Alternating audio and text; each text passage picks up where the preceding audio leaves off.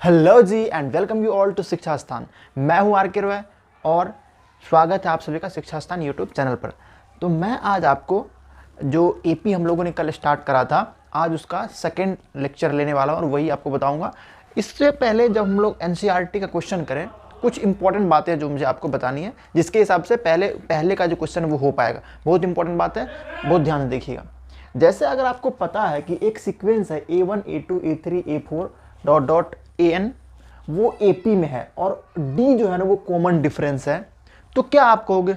कल के डिस्कशन से आप क्या बता सकते हो? इससे पहले वाले वीडियो को अगर आपने नहीं देखा तो आप निश्चित रूप से देख लें उसको। वहाँ पर हमने ये बात करा है कि AP क्या होता है, बेसिकली कैसे उसकी शुरुआत हुई, कैसे यहाँ तक पहुँचे। ठीक है, तो अगर आप सेकेंड टर्म यानी A2 प्राप्त करना चाहते हो तो आप क्या करोगे? कॉमन डिफरेंस तो आपका D है, तो आप फर्स्ट टर्म में कॉमन डिफरेंस को जोड़ोगे। ठीक है, उसी तरीके से यदि आपको थर्ड टर्म चाहिए यानी तीसरा टर्म चाहिए तो आप सेकेंड टर्म में यानी कि इस वाले में D जोड़ोगे तो ये मिलेगा A2 प्लस D।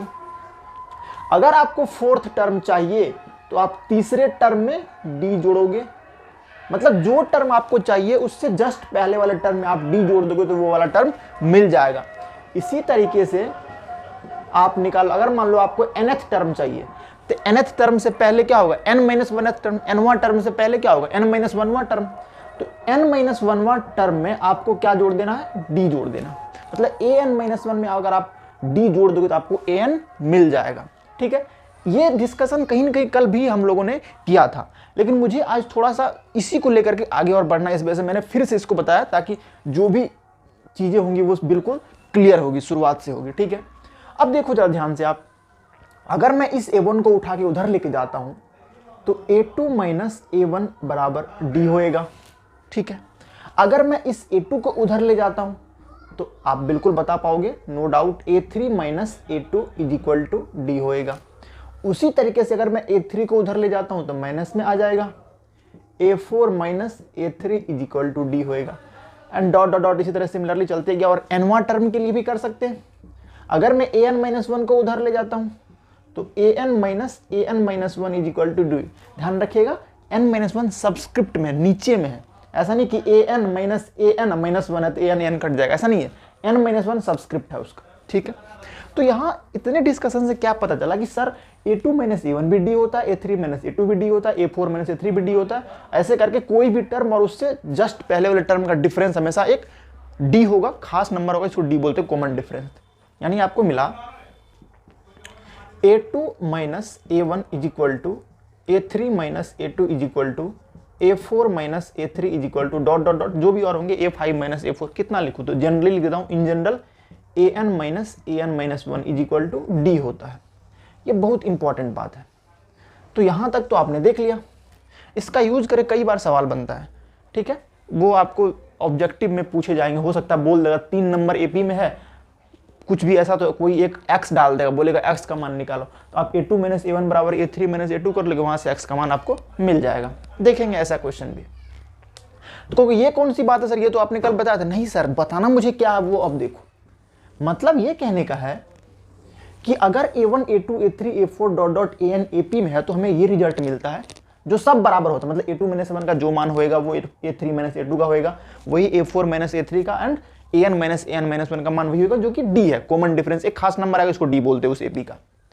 मतलब अगर AP में है ये तो ये रिजल्ट होएगा। क्या इसका उल्टा सही है? यस सर, ये उल्टा सही है, यही मुझे बताना था।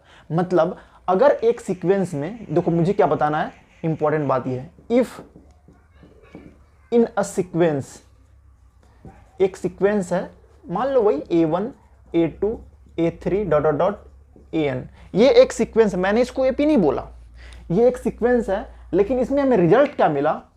हम जब एनालिसिस करते हैं, थोड़ा सा इधर उधर कैलकुलेशन करते हैं, तो हमें मिलता है कि A2 माइनस A1 जो है ना वो बराबर है A3 माइनस A2 के, वो बराबर है A4 माइनस, आगे A4 भी होता है ना, A4 माइनस A3 के, और सो ऑन बराबर है an-1 के। ये सब बराबर है, और ये सब बराबर तो पक्का किसी नंबर के बराबर होंगे, जिसको मैं एक खास नाम देता हूं D, क्योंकि आपको पता है कि सारा किस तरफ हो रहा है, तो मैंने इस वजह से D ही बोला।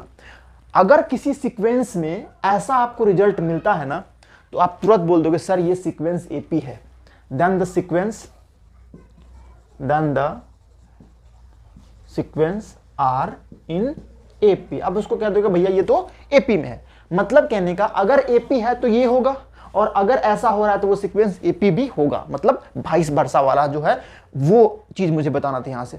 और इस कॉन्सेप्ट पर अभी हमारा एक्सरसाइज 5.1 का जो पहला 4 क्वेश्चन है ना वो बनने वाला। तो चलिए शुरू करते हैं अब एक्सरसाइज 5.1। ये एक्सरसाइज 5.1 का हम लोग पहला क्वेश्चन शुरू कर रहे हैं।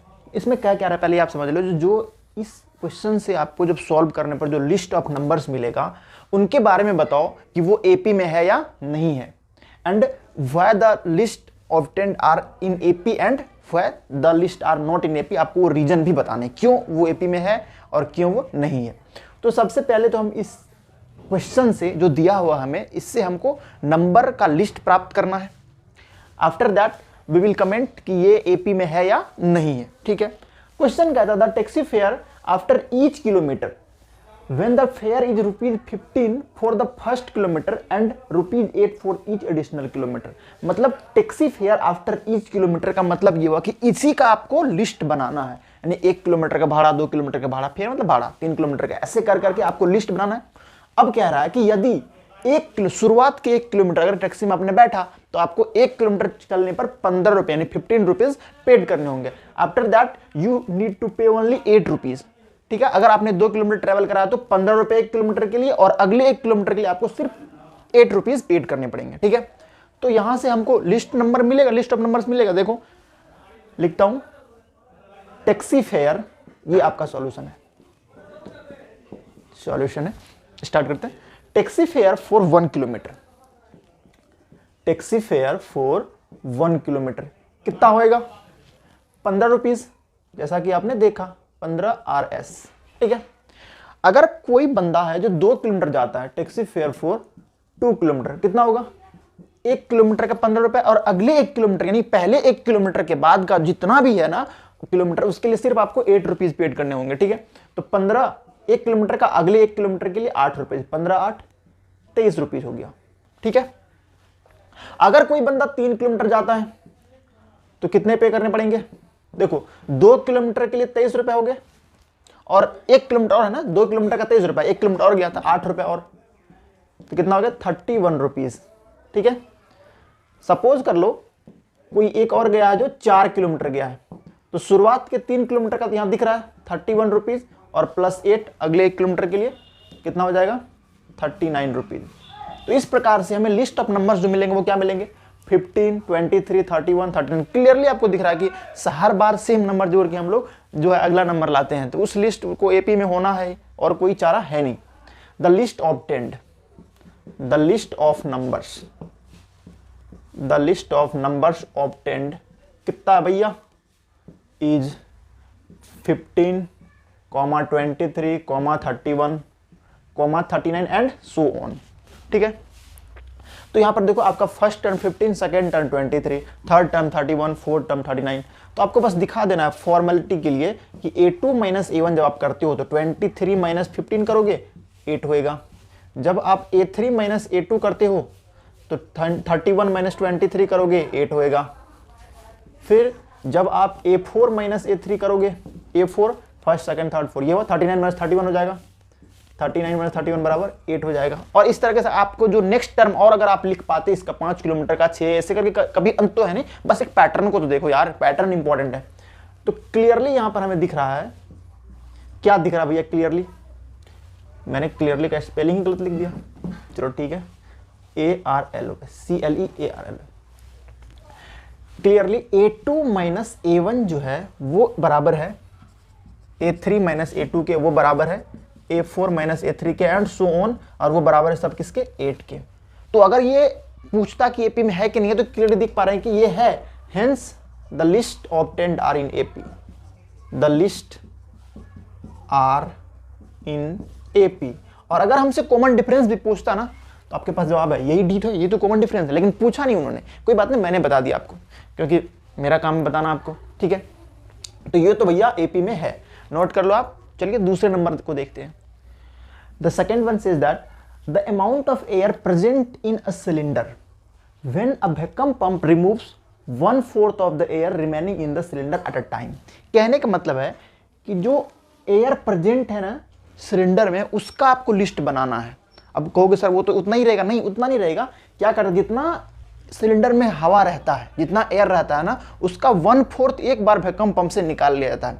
जैसे निकाल लिया फिर अगली बार और निकालेगा जितना, लेकिन जितना बचा हुआ उसका 1/4 ही निकालेगा। और ऐसे ऐसे कर करके जब पहली बार निकाला तो कुछ बचा होगा, शुरुआत में कुछ था, पहली बार में कुछ बचा हुआ है, दूसरी बार निकाला कुछ और बचा हुआ है, तीसरी बार निकाला कुछ और बचा हुआ है। क्या बचा हुआ? एयर। ठीक है, अभी आप कुछ और सोचने मत लगना। ठीक है, तो ये जो अमाउंट ऑफ एयर प्रेजेंट होगा ना आफ्टर करस्पॉन्डिंग रिमूवल, जब कंटिन्यूसली जब रिमूव कर रहे हैं तो वो जो उससे भी एक लिस्ट बनेगा ना, तो आपको कमेंट करना है कि वो लिस्ट जो बनेगा वो एपी में है या नहीं है। तो डेफिनेटली हमें मानना पड़ेगा कि सिलेंडर में कुछ तो इनिशियल वॉल्यूम होगा, कुछ तो एयर होगा ना, चाहे 10 लीटर हो, 20 लीटर हो, 50 लीटर हो, 100 लीटर हो, 5 लीटर हो, कुछ भी होगा तो सही यार। तो हमें तो नहीं पता कितना होगा, तो हम जनरल मान लेते, क्योंकि सिलेंडर में एयर कितना हो उससे कोई फर्क पड़ता है क्या? हमारे सवाल को कोई फर्क नहीं पड़ता। तो मान लेता हूं कि सिलेंडर में 20 लीटर हवा है, 20 लीटर में। ठीक है, तो लेट, ये आपका सॉल्यूशन है। Let amount of air initially, amount of air present in the cylinder, amount of air present in the cylinder initially बराबर V लीटर। ये लीटर में है, मान लो आप लीटर में है। आपको अगर कोई प्रॉब्लम है तो आप इसको मीटर क्यूब मान लो, क्योंकि यूनिट और कितना है उससे कोई मतलब ही नहीं है। ठीक है, तो देखो अगर मैंने पहली बार वैक्यूम पंप यूज करके हवा निकाला है तो इतना है, इसका 1/4 निकलेगा। मतलब भी का यहां मैं लिख लेता हूं, भी का 1/4 निकलेगा, इतना निकल जाएगा, यानी V/4 निकल जाएगा, इतना निकल गया। ठीक है, शुरुआत में कितना था भी, तो बचेगा कितना, V - V/4 ना मिल जाएगा। ठीक है, तो वही चीज कर रहे हैं। After first removal, after first removal, amount of air left in the cylinder, amount of air left in the cylinder, यानी सिलेंडर में कितना बचा हुआ होगा। तो भी था और जितना है उसका 1/4 निकालता है। क्वेश्चन में कह रहा है आपको जितना है उसका 1/4 ही निकालना है। तो इतना था, इतना निकाल लिया, तो बचेगा कितना, 4V - V, 3V/4, इतना बचेगा। फिर और निकालेगा वो, after second removal amount of air left in the cylinder is equal to, देखो सेकेंड बार के लिए इतना ही बचा हुआ है, 3V/4 ही बचा हुआ है। और जितना बचा हुआ होता है ना सर, उसी का 1/4 निकालता है। इतना था, इसी का 1/4 निकाल लिया, तो बचेगा कितना, इतना में से इसको हटाना पड़ेगा ना, तो कितना होगा, 3V/4 आप कॉमन ले लो। 3V/4 कॉमन लेने के बाद यहाँ पर 1 बच जाएगा, 1 - 1/4, 1 - 1/4 कितना हो जाएगा, 3/4 ही हो जाएगा। तो 3V/4 इंटू 3/4, तो करोगे सॉल्व तो 3 - 3 = 9/4 4 = 16 भी। ठीक है, अब मान लो अगर third bar after third removal amount of air left in the cylinder बराबर क्या होगा, देखो इतना है। थर्ड बार जब वैक्यूम पंप यूज करेगा तो एयर इतना ही होएगा, तो 9/16 भी इतना था, इसी का 1/4 निकलेगा, यानी कि इसी का 1/4 गया निकल। तो घटा दोगे तो बचा हुआ ये इतना था, इतना निकल के दिया, बचा हुआ घटा देंगे। तो अब 9V/16 फिर से आप कॉमन ले लो, तो यहां पर 1 - 1/4 बचेगा। तो इसको सॉल्व करने पर, मैं थोड़ा सा इसको हटा लेता हूं, इसको सॉल्व करने पर कितना होएगा, 9V/16 इंटू 1 - 1/4, फिर से 3/4 ही होगा। मतलब देख रहे हो आप, 3/4 का स्क्वायर यहाँ पर 3/4 का क्यूब, यहाँ पर अगली बार में 3/4 का पावर 4, ऐसे कर करके आपको बनते रहेगा। तो ये हो जाएगा 9 - 3 = 27/16 4 = 64 भी। आई होप आपको दिख रहा होगा। ऐसे करके आप रेस्पेक्टिव निकाल सकते हो। आफ्टर फोर्थ रिमूवल, एक और लास्ट लिख लेते हैं, fourth removal amount of air left in the cylinder बराबर 27V/16, और इसी का 3/4 हो जाएगा, बच जाएगा, जितना रहता है वही बोले 3/4 का पावर बढ़ते रहेगा, तो हो जाएगा 81/64 भी। तो इस तरीके से लिस्ट क्या मिला, यहां लिख लेता हूं। Hence the list obtained, hence the list of numbers, जो भी नंबर एसोसिएटेड है इस क्वेश्चन से, ये सब भी तो नंबर ही होगा ना। अगर भी का मान अब 10 रख दो तो बाकी नंबर ही निकल के आएगा। List of numbers obtained, I hope आपको समझ में आ रहा होगा। इज इनिशियली भी था, फिर कितना हो गया, 3V/4 हो गया, फिर कितना हो गया 9V/16, एंड देन 27v/64, 27, अच्छा सॉरी यहाँ पर थोड़ा सा मिस्टेक है, 27 पे 64, 64 को 4 से मल्टीप्लाई करोगे तो 4 4 जा 16 का 6 कैरी 1 और 4 6 जा 24 125 हो जाएगा, यानी 81v/256 और and so on dot dot चलते रहेगा। तो आप यहाँ से सीधा देख लोगे, उतना तो करने की जरूरत है, ये तो बिल्कुल लिखना नहीं था, मैंने बता दिया, बस फ्लो में आपको बता दिया कि देखो आगे भी कर सकते हैं।